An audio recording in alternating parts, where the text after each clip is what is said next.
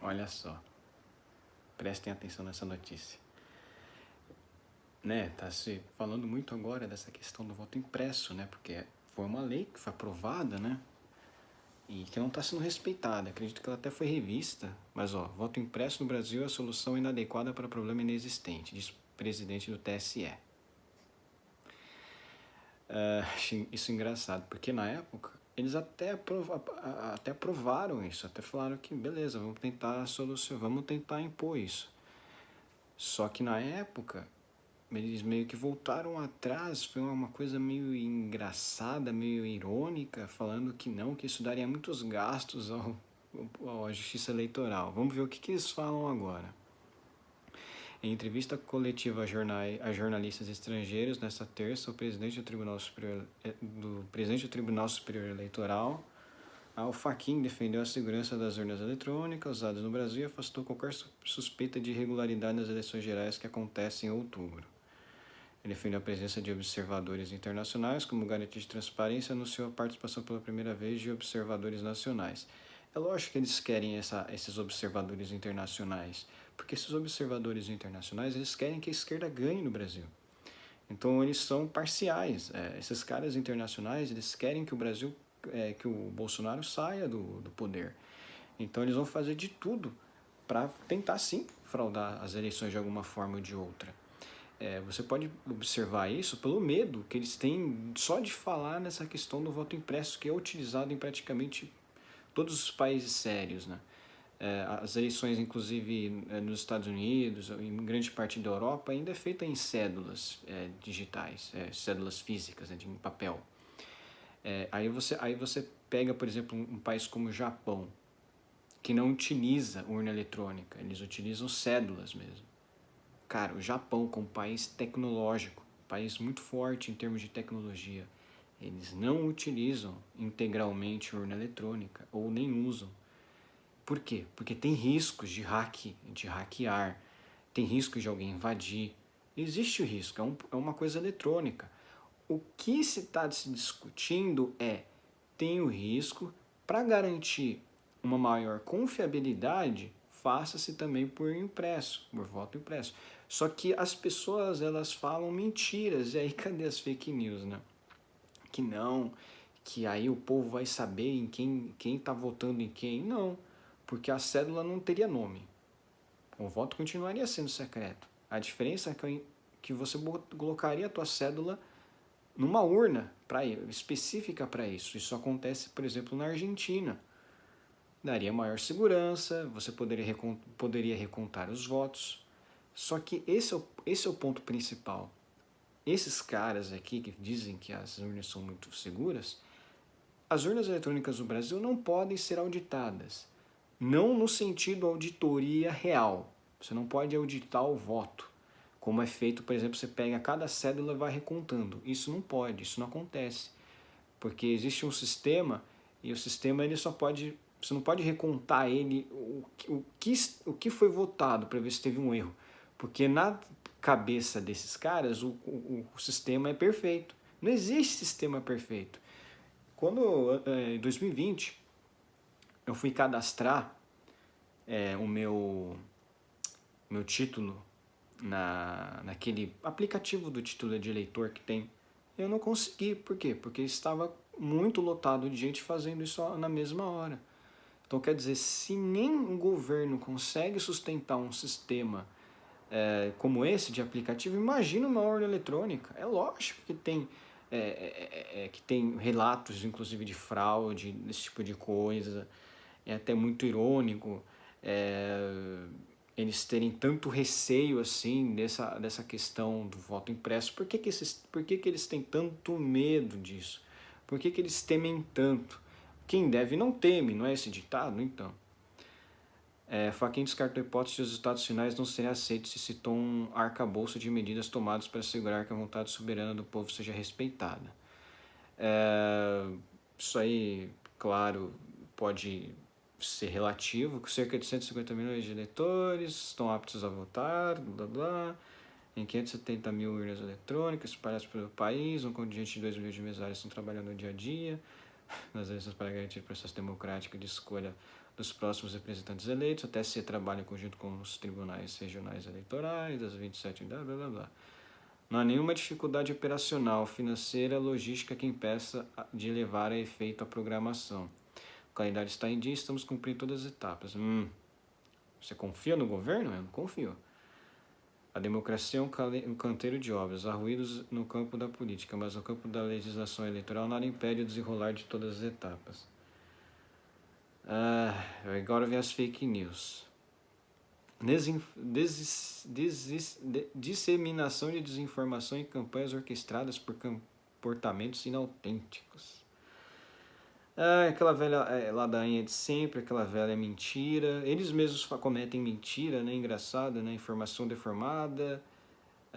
Disse antes destacar o papel do jornalismo e regime democrático, inclusive o jornalismo da internet, né? O jornalismo real, que esse é o jornalismo de verdade, é o jornalismo privado, não é esse semi-estatal que recebe dinheiro do governo. Sim, a Globo recebe dinheiro do governo. Imprensa livre é condição social para uma sociedade aberta, plural e democrática, na qual as autoridades prestam contas. Principalmente a internet, né? Mas o Alexandre de Moraes não cumpre muito isso, né? Quando censurou o Telegram, né?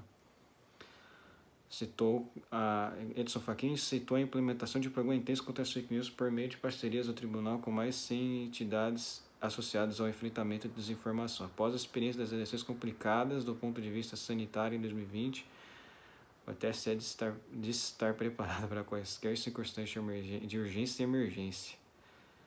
Mitigação dos efeitos pandêmicos, que não aconteceu, né? A gente sabe que foi tudo uma fraude. Não pelo que eles falavam, né? A campanha eleitoral, blá blá blá. Outra mudança é que todos os boletins de urna serão a aceitação dos resultados, urna eletrônica e sigilo de voto. Vamos ver o que vai falar. Até agora ele não falou daquele problema financeiro que eles alegavam, né, da justiça eleitoral, né? Então, o evento organizado pela Associação dos Correspondentes da Imprensa Estrangeira no Brasil também foi uma oportunidade para o TSE defender o uso de equipamentos eletrônicos para votação. O voto no Brasil é seguro, auditável e transparente. Não é auditável, tá? Não auditável da forma como outros países auditam. Você não pode recontar os votos porque eles ficam lá, então não tem que recontar. Entendeu? Você não sabe se você votou naquele candidato mesmo. Essa é a questão. Você teria um sistema alternativo para dar mais segurança, mas eles não querem mais segurança. Essa é a verdade. O meio lá. Ela é formado por 2 terminais de voto. O voto também é seguro. Reiterou. Tá. Eletrônico é um microcomputador de uso específico para as eleições. Todo computador é hackeável, tá? Que fique muito claro. Com autonomia energética e recursos de segurança. Ela é formada por 2 terminais. A mesa de voto, onde o eleitor é identificado e autorizado a votar. O terminal do eleitor, blá blá blá. Desenvolvida no Brasil, será mesmo? A urna eletrônica é pouco aceita em países como a França, onde seu uso acontece apenas de forma experimental, em poucas sessões eleitorais. Preciso dizer alguma coisa? A França, que é um país bem ruim na questão, assim, eles têm um pouco de censura, mas nesse aspecto, todos os países desenvolvidos têm medo das urnas eletrônicas. Por quê? Porque, meu amigo, urna eletrônica é hackeável. Há um eurocentrismo na compreensão de segurança de equipamentos, como se nos dias atuais uma invenção tivesse que vir do Vale do Silício para ser respeitada. Mas o Brasil tem uma tecnologia de ponta. Eu vou mostrar uma coisa aqui para vocês. De onde vêm essas urnas eletrônicas? De onde vem? Qual a empresa que fabrica essas urnas? É tal de Smart, alguma coisa assim. Smart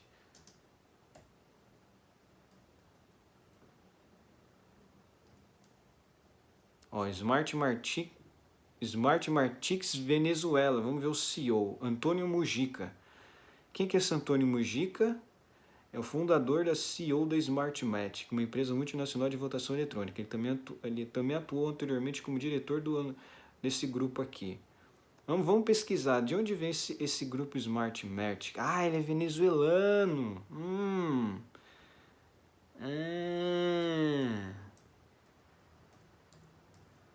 Ele é venezuelano.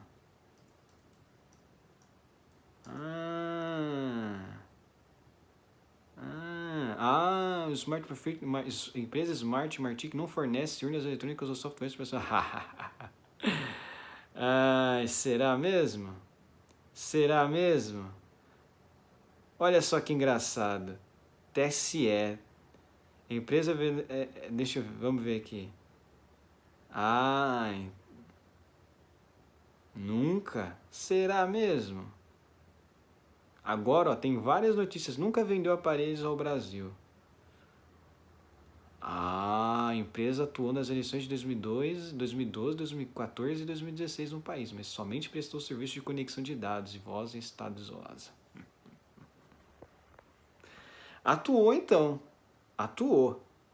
De certa forma.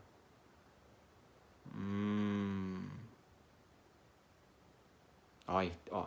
Você nunca comprou urnas eletrônicas da empresa Smartmatic, que forneceu urnas para as eleições venezuelanas e teve a credibilidade colocada em dúvida em uma suposta entrevista concedida por Miguel Ángel Martín, presidente da Suprema Corte da Venezuela no exílio, ao site Terça Livre. Engraçado, olha só, o site Terça Livre. A Suprema Corte no exílio é uma instituição paralela surgida em meio à crise política no país. Olha só que coisa, né? Pois é, né? Como tudo começou na Venezuela, né? Pelas urnas eletrônicas, né? Não há provas de que ocorreram fraudes nas eleições brasileiras de 2018.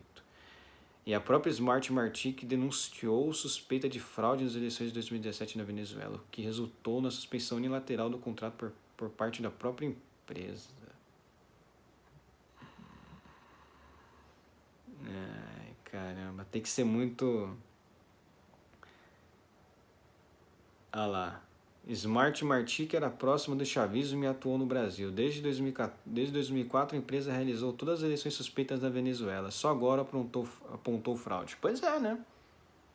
Pois é, né? Pois é. Depois de tanto tempo... Olha lá. Smartmatic, cujo presidente Antônio Mujica denunciou fraude nas eleições para a Assembleia Nacional Constituinte na Venezuela. Era próxima do chavismo. Pois é.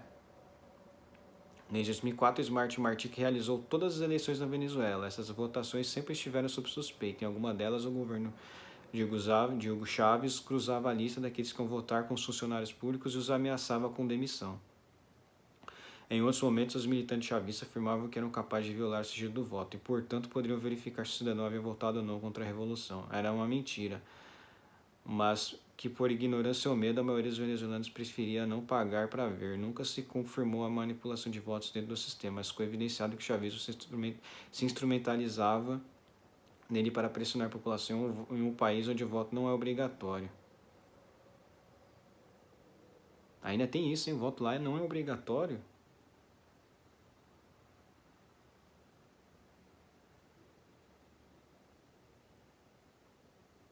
Pois é, hein?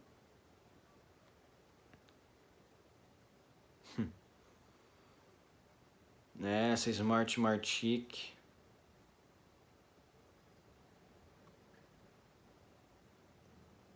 Ah lá, a filial brasileira da Smartmatic já atuou em 2 eleições recentes. Em 2012, fez parte de um consórcio responsável pela manutenção upgrade de todas as urnas eletrônicas utilizadas no país.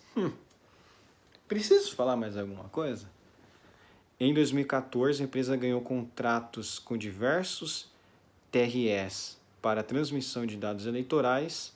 Por onde atua, a companhia é alvo de uma série de controvérsias. No Brasil, por exemplo, a filial registrada na Junta Comercial de São Paulo está em nome de 2 offshores holandesas. Apesar disso, a empresa apresentou-se nos contratos oficiais como sendo sediada em Barbados. Em sua página oficial, entretanto, define-se como sendo inglesa.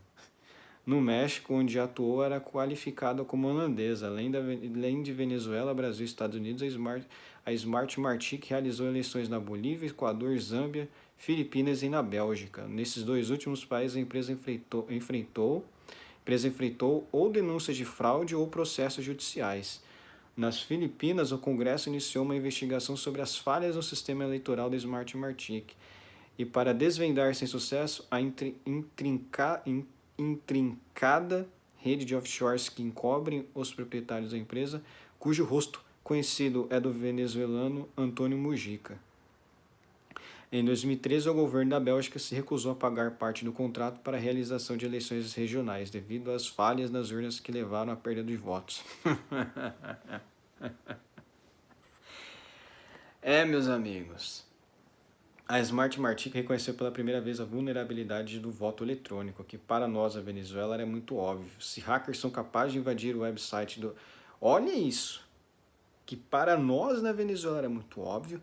Se hackers são capazes de invadir o website do Pentágono, como não conseguiriam violar o sistema de uma urna? Diz o analista político venezuelano Esteban Gerbassi. Para Eric Langer, professor de História da América Latina da Universidade de Georgetown, o chavismo conduziu a Venezuela para o estágio falido. As ações de Nicolás Maduro devem ser compreendidas como um esforço para permanecer no poder. A mudança na Constituição representa exatamente isso. A fraude eleitoral evidente confirma que o regime não tem limites. Vocês conseguem conectar tudo? A Smart Martic atuou sim no Brasil em 2014. A questão é, eles tentam ocultar esse tipo de coisa, mas isso não é o mais importante. Tem uma coisa aqui no trecho que é muito verdadeiro, se hacker é incapaz de invadir o website do Pentágono, como é que eles não violariam o sistema de uma urna? Você viu vocês puderam ter percebido um outro texto que afirmava o quê? Que a França não adotava urna eletrônica justamente pelo medo da fraude. Aí vem um imbecil, acho que é o Barroso, fala, não, mas ninguém questionou o sistema eleitoral francês. Eles não usam urna eletrônica. Aí vem o Fachin e fala o quê? Esse negócio de voto impresso é coisa eurocêntrica. Né? O que funciona no Brasil? O que é fornecido pelo governo que funciona no Brasil? Nada, absolutamente nada. É um Estado falido. O Estado, em sua regra, ele já é falido, por isso que temos que nos distanciar de tudo que é centralizado no Estado, mas isso de afirmar com toda a certeza do mundo que o sistema eleitoral é seguro é uma mentira. O hacker consegue entrar no Pentágono. Como é que ele não vai conseguir hackear um sistema eleitoral? Isso é muito claro porque depois que o Bolsonaro se encontrou com Putin e outros caras lá na Rússia, o próprio TSE falou, estamos preocupados com o que o Bolsonaro foi falar lá com Putin na Rússia. Por quê? Porque eles têm medo de hackers. Então eles mesmos falaram, olha, a urna eletrônica pode não ser muito confiável. E agora? Agora eles mudam de assunto, falam que não, que é muito segura. Qual país de primeiro mundo que adota isso? Nenhum, praticamente. Nenhum. Por quê? Porque não há certeza na sua confiabilidade. O próprio sistema eleitoral, o de voto impresso, o voto em cédula mesmo, física, ele já tem que ser questionado, porque isso faz parte. Todo político tem direito à auditoria, falando, vamos contar o voto, vamos contar os votos, recontar. Quero ver se realmente eu perdi, isso é um direito, né? Direito eleitoral, né? Mas aí vocês podem perceber que é uma cegueira tão boçal que eles querem passar a imagem de que o sistema eleitoral brasileiro é 100% seguro porque é brasileiro. O cara ainda fala de eurocentrismo. O que no Brasil dá certo? Nada. O que na Europa dá certo? Quase tudo. Ainda mais questão de Estado, questão de governo, é onde o Brasil mais peca. E eles querem falar, não, é seguro. O que custa? Vamos fazer o voto impresso. Você coloca a cédula numa urna, igual acontece na própria Argentina. Qual o problema? Por que tanto medo? Por que tanta aversão a essa lei que o Bolsonaro propôs? A única coisa positiva que ele fez como legislador, quer dizer, em termos de propor leis, né? E os caras vão lá e acabam com o projeto dele, que é a única coisa positiva que ele lançou. É exatamente por isso que esse sistema eleitoral não é confiável.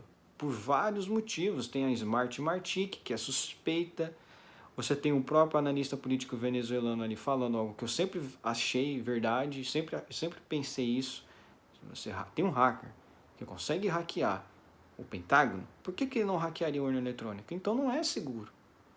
Por que não faz uma medida alternativa? Não, vamos fazer o voto impresso, o voto em cédula, para dar mais confiabilidade. O que custa? Qual o grande medo? Qual o grande medo dessa gente? Qual o grande medo desse povo? E eles foram todos nomeados pela esquerda. O Fachin foi nomeado pela Dilma, o Barroso foi nomeado pela Dilma, o Gilmar Mendes foi nomeado pelo PSDB, que hoje em dia se aliou ao PT. Então é isso. Deixe um like no meu vídeo, compartilhem nas suas redes sociais, vamos espalhar as palavras para que as pessoas saibam da realidade, da verdade. E se inscrevam no meu canal e comentem aqui embaixo o que vocês tiverem para acrescentar. Isso, um abraço. E vamos continuar na luta, né?